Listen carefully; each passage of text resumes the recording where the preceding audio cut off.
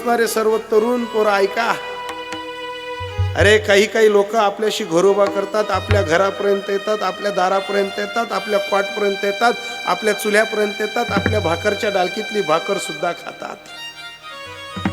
पण ज्यांना असं कोणाला वाटतं ना, माल बोलती दुनिया मानाला लागे बा, माल गलती गली परत राम राम घालायला लागेल बा, माल बोलताच मानपान भेटायला लागे बा, एक सूत्र लक्षात ठेवा, मित्र पडतीत भेटत नाही, मित्र चलतीत भेटतात. आणि ज्या चलती मा भेटतस ना, ते आपला कायम मदत मा येतच नाही. चलती मा 1000 लोक भेटतील, आपत्कालीन जो संकटात आपल्याला सहकार्य करतो ना, तो खरा मित्र. आणि मित्र कोणाला म्हणावं? मित्राची काय व्याख्या आहे? अरे ज्याला आपल्या भाकरच्या डालकीतली भाकर आणि हृदयातलं दुःख माहितीये ना, त्याला मित्र म्हणावं. याचा भांडा कुत्रा काय करतात? संध्याकाळी दारू पाजणारा आणि पत्ता खेळायला बोलावणारा. मित्र असा पाहिजे की आपलं आयुष्याचं परिवर्तन करणारा पाहिजे. मित्र असा पाहिजे की आपल्याला अडचणीतनं काढणारा पाहिजे. नाही तर काही लोक आपल्याशी गौरवभावी करतात. आपला चलती पहा नानभाऊ तुला काय स्वभावशे, हाप्पा तुम्हाला काय स्वभावशे, काय तुमनं नाव, काय तुमले लोक राम राम घालतात आणि काय तुम्ही जाता नेता चर्चाशे. या फक्त आपला चलती ना, आणि आपल्यावरच काही अडचण येऊ द्या तुम्ही. अरे काही नाही अडचणी आहेत संसारात. कधी आई आजारी पडते तर कधी पत्नी आजारी पडते, कधी मुलांच्या शिक्षणासाठी भरकटला जातो माणूस. हा निसर्ग असा कोपतोय. पोळ्याच्या अगोदर आपल्याला असं वाटत होतं सर्व शेतकऱ्यांना काय आपलं घरे भरतील आणि काय नाही आपल्याला उत्पन्न होईल. दिली ना देवाने पाठ फिरवून. अरे तुमच्याकडे तर काहीच नाही दादा हो. आमच्याकडे एकच हप्त्यात 3-3दा ढगफुटी झाली. इतकी अशी भयान अवस्था झाली ना आमच्याकडे. 3दा ढगफुटी झाली. कोणाच्या जनावर मेली हो, कोणाचा चारा वाहून गेला. माझ्या मित्राचं तर 13 एकर वावर वाहून गेलं शिंदाळला. शिंदाडच्या बाजूला सातगाव डोंगरी म्हणून गाव आहे. ज्या दिवशी ढगफुटी झाली ना, त्याच्या आदल्या दिवशी त्याच रात्री माझ्या मित्रानं 35,000 रुपये कमीनं भिशी उचलली 1 लाखाची. भिशी का उचलली? पुण्याला पोरगी शिकत होती, तिची फी भरायची होती. तो पैसा 3 रुपये शेकडापेक्षा जास्त महागा पडला.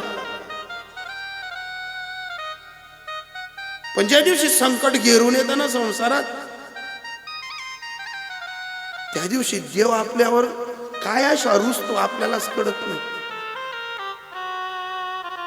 एका थाटी जेवलेलो मित्र आम्ही, एका सारखी जगलेलो, प्रत्येक काळात सुखात आणि दुःखात असलेला मित्र, ज्या दिवशी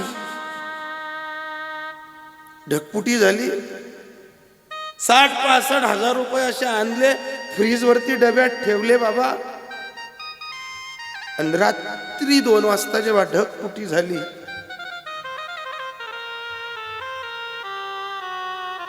कोणाच्या घरांमध्ये पाणी तर कोणाच्या गोठ्यांमध्ये पाणी.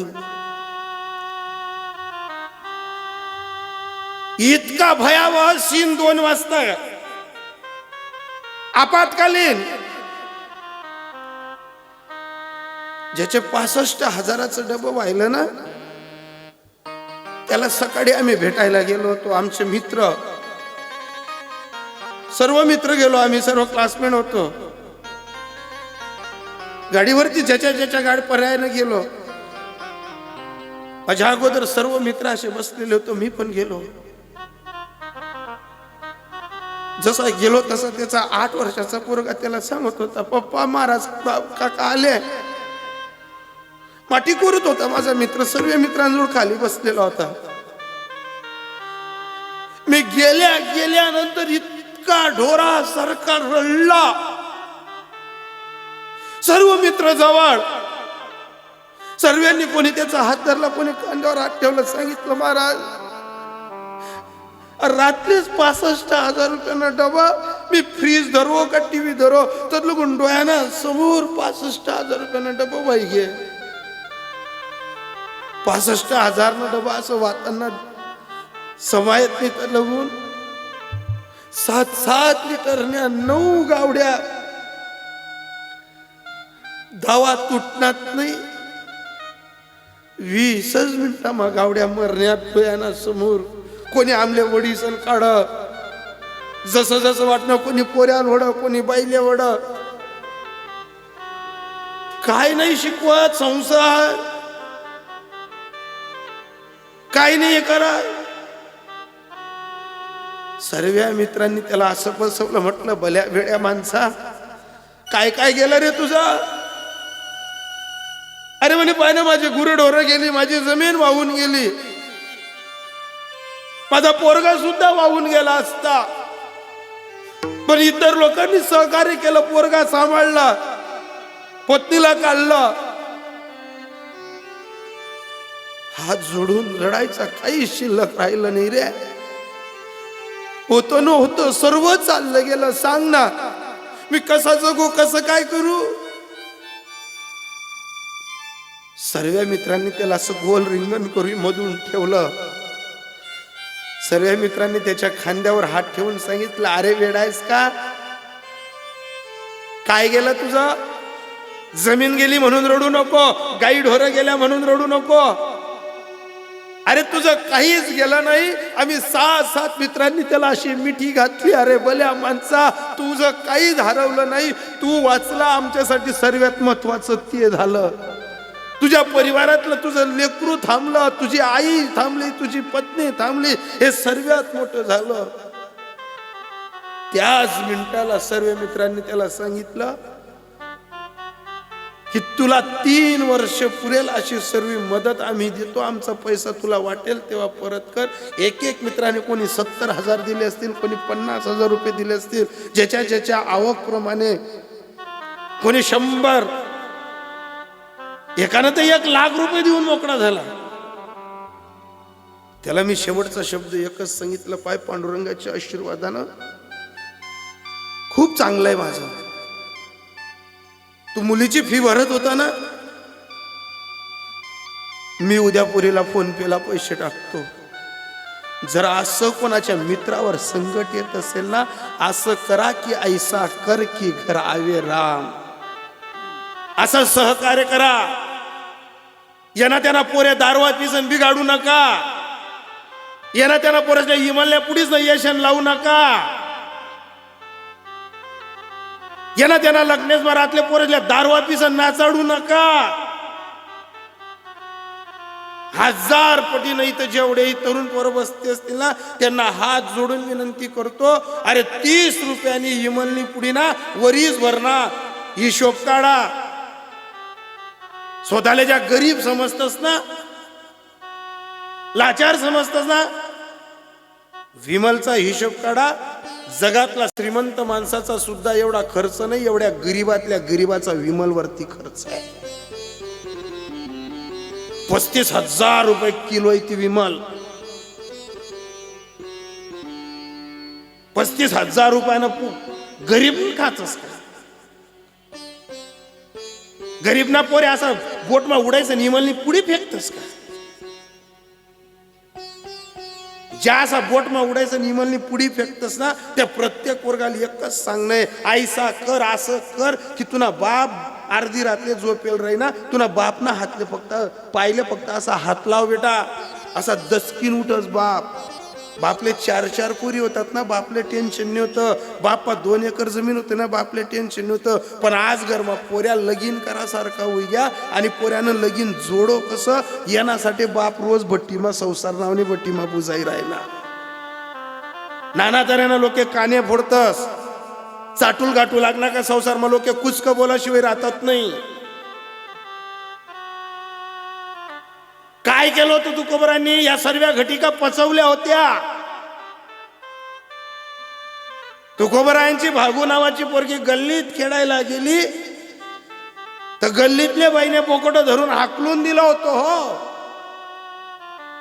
आणि 30 पोरगी गेली आईच्या कमरेला बिलगली सांगत होती आई त्या शेजारच्या काकूने मला हाकलून दिलं. कधी कधी असा प्रश्न पडतो की अरे ज्या तुकोबरायांच्या अभंगांवरती आम्ही 4 चाकी गाडींमध्ये बसतोय, अनाडई काळाचं संकट या अभंगाने आमचं उतरवलं महाराज. त्यांच्या भागू नावाच्या पुरीला बोकोट धरून हाकलून दिलं. अरे एक काळ त्यांच्याकडे चांदीच्या लोट्यात दूध पीत होती रे माणसं. तुकोबरायांच्या घरी गडी माणसं चांदीच्या ताटात बसून खात होती. पण मी बोललो ना, आपली परिस्थिती खराब झाली ना, आपलं कोणी सहकार्य करत नाही. या पंकज दादांनी आयोजित केलेल्या कार्यक्रमात फक्त ऐसा कर की असं करा दादा हो. आपल्या भाऊबंदकीतला असेल, आपल्या रक्ताच्या नाताचा असेल, आपल्या जवळचा असेल, त्याला असं सहकार्य करा. जर कोणी अडचण मध्ये आलं ना, त्याला मदत करा. आपल्या मराठेशाहीच्या ज्या लोकांना गुरुमे ना, आम्ही उच्चा घर नाहीत, आम्ही उच्ची जाते, ही लोक एकामेकाला मदत नाही करत. करतात लोक मदत कोणती तुम्हाला सांगू. मी कुठल्या जातीच्या विरोधात नाही बोलत, पण एक सूत्र समजून जातो. जर एखाद्या शिंदीच्या मारवाडीच्या पोरानं जर मार्केटमध्ये दुकान टाकलं ना, शिंदी घ्या, मारवाडी घ्या, वाणी घ्या, ही माणसं जेव्हा मार्केटमध्ये दुकान टाकतात ना, ही ज्यावेळेस दुकानाच्या उद्घाटनाला जातात ना, त्यावेळेस कपडे नाही घेऊन जात, टोपी रुमाल नाही जातस. हा आपला बांडा तोमचे बांडा मोठा घ्यात. आपल्या वाणी सिंधी लोक, मारवाडी लोक ज्यावेळेस नवीन दुकान एखादा त्यांच्या जमातीतला माणूस टाकतो ना, तेव्हा कपडे नाही घेऊन जात. प्रत्येक जण पॅकेटमध्ये 1000 रुपये घेऊन जातो. आणि त्याने काही एखाद्या त्या दुकानाजवळ असा गल्ला ठेवलेला असतो ना, त्या गल्ल्यांमध्ये जो येतो ना, तो 1000 रुपयाचं पॅकेट टाकतो. काय गरज आहे त्यांना तसं करायची? का करतात ते तसं? की त्यांना माहिती आहे दुकान टाकलं तर हे 2-2.5 महिने चालणार नाही, याची लगेच प्रगती होणार नाही, हा लगेच मार्केटमध्ये प्रसिद्धीला येणार नाही. पण हा या दुकानावरती विश्वास ठेवून बाहेर निघायला पाहिजे, पडायला पाहिजे, भविष्यात हा टिकला पाहिजे.